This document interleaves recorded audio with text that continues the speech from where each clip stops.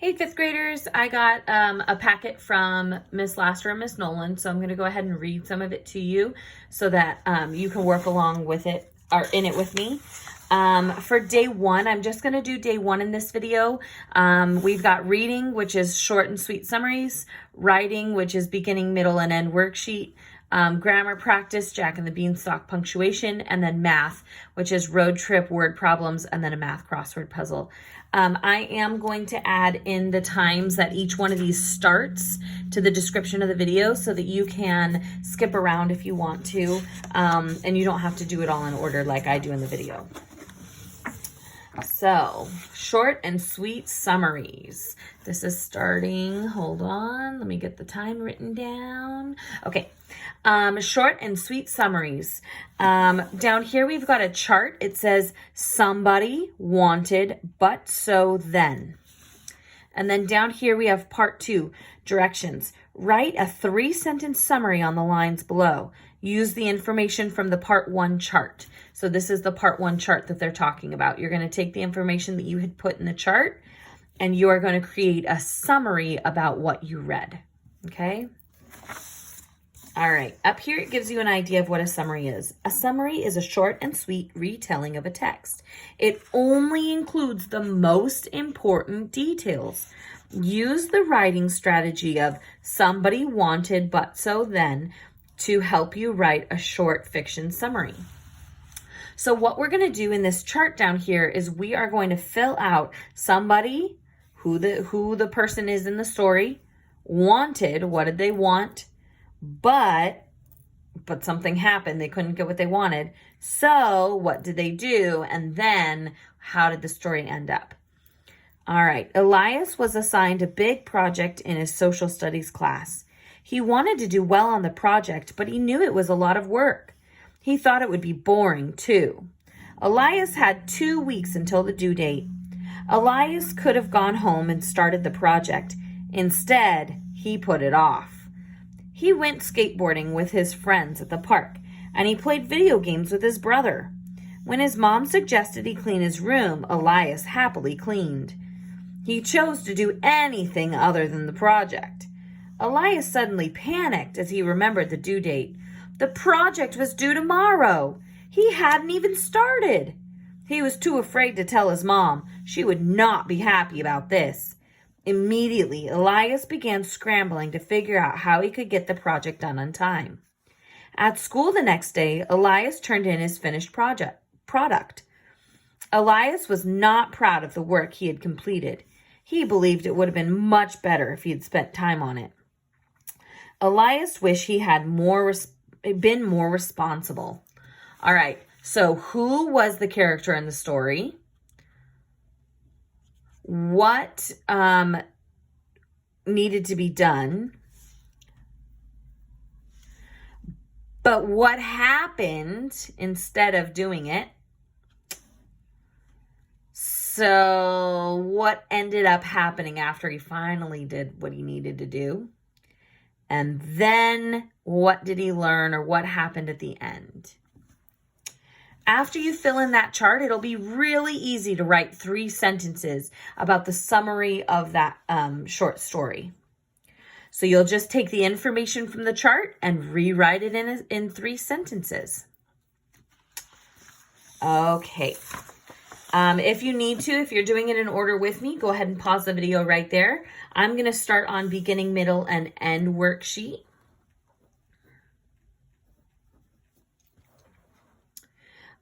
So this is your writing for today.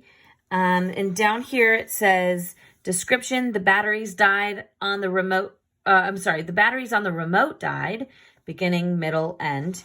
Description, I got an A on my essay, beginning, middle, end. And then description, the kids went swimming in the pool, beginning, middle, end. We're going to read the top of the page to see what we need to do.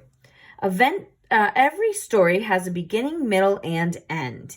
In this worksheet, you will use your imagination to create a beginning, middle, and ending sentence to expand the 1-sentence prompts into more elaborate stories. So you're going to make an entire story based off of just the batteries on the remote died, or I got an A on my essay, or the kids went swimming in the pool. You're going to make an entire story all about those sentences. So here's an example. I'm going to read 2 examples. Description. Sammy the dog got out of the backyard. Okay, so that is the basic idea of the story that you're about to write. But you need to come up with the beginning of the story, the middle of the story, and the end of the story to complete it. Sammy dug a hole under the backyard fence and escaped into the neighborhood. He went from house to house looking for something to do. After 2 hours riding around the neighborhood in my father's car, we found Sammy a mile away in a church parking lot. All right, so the basic idea of that story is that Sammy got out of the backyard. But you're giving more details to explain the story and make it a true story now. All right. This second example, my friend Patty had to go home from school early. So you're coming up with the beginning, middle, and end. Or they came up with this one. When Patty arrived at school today, she seemed happy and fine. After lunch, she said she had an upset stomach. Her mother came and picked her up from school to take her to the doctor. All right, so that gives more detail about Patty and why she went home from school. So I want you to just pick one of these 3, and I'll let Miss Laster and Miss Nolan, Miss Laster for this one. I'll let Miss Laster know that you're just picking one story to complete. If you would like to do the other 2, go for it. But you just are responsible for at least one of these stories. All right, if you are doing this in order, go ahead and pause right there. And then you're going to pick one more story from the back. Oh, wait, don't pause yet. Hopefully nobody paused. You're going to pick one more story on the back also. So this says, the man left the store in a hurry. The next one, there was a loud banging noise coming from the kitchen. My new shoes got so dirty. And the dog howled at the moon. So you're going to choose one more of these to make a short story. I'm so sorry if you had to redo that last part. I completely forgot there was a back to that. All right, so now I'm going to move on to grammar. All right, fill in the missing punctuation. Use some or all of the following. So we'll have to fill in a period, an exclamation mark, a question mark, an apostrophe, comma, quotation marks, semicolon, and colon. So we got to make sure that we find all of the punctuation mistakes in this Jack and the Beanstalk folktale. Once upon a time, there was a poor widow who had an only son named Jack and a cow named Milky White, and all they had to live on was milk the cow gave every morning, which they carried to the market and sold. But one morning, Milky White gave no milk and they didn't know what to do. Oh my goodness, I couldn't get through it without taking a breath. Oh, give me a break in there. I need a break somewhere. I'm going to read it one more time, the way that it naturally flows, so that you can tell where the period or any kind of ending mark is supposed to go. Once upon a time, there was a poor widow who had an only son named Jack and a cow named Milky White. And all they had to live on was the milk the cow gave every morning, which they carried to the market and sold. But one morning, Milky White gave no milk, and they didn't know what to do. "What shall we do? What shall we do?" said the widow, wringing her hands. "Cheer up, mother. I'll go and get work somewhere," said Jack. "We've tried that before, and nobody would take you," said his mother. "We must sell Milky White, and with the money start a shop." "All right, mother," said Jack. "It's market day today, and I'll soon sell Milky White, and then we'll see what we can do." So he took the cow's halter in his hand, and off he started. He hadn't gone far when he met a funny-looking old man. "Oh, you look the proper sort of chap to sell cows," said the man. I wonder if you know how many beans make 5." 2 in each hand and 1 in your mouth, said Jack, as sharp as a needle. And here they are, the very beans themselves. He went on, pulling out of his pocket a number of strange-looking beans. I don't mind doing a swap with you.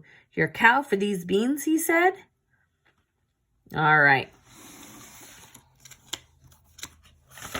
So double check all of the punctuation in there so that so that we can take a breath while we're reading. We're going to move on to our math, which is, all right, which is our story problems. Solve the word problems, show your work, and circle your answers.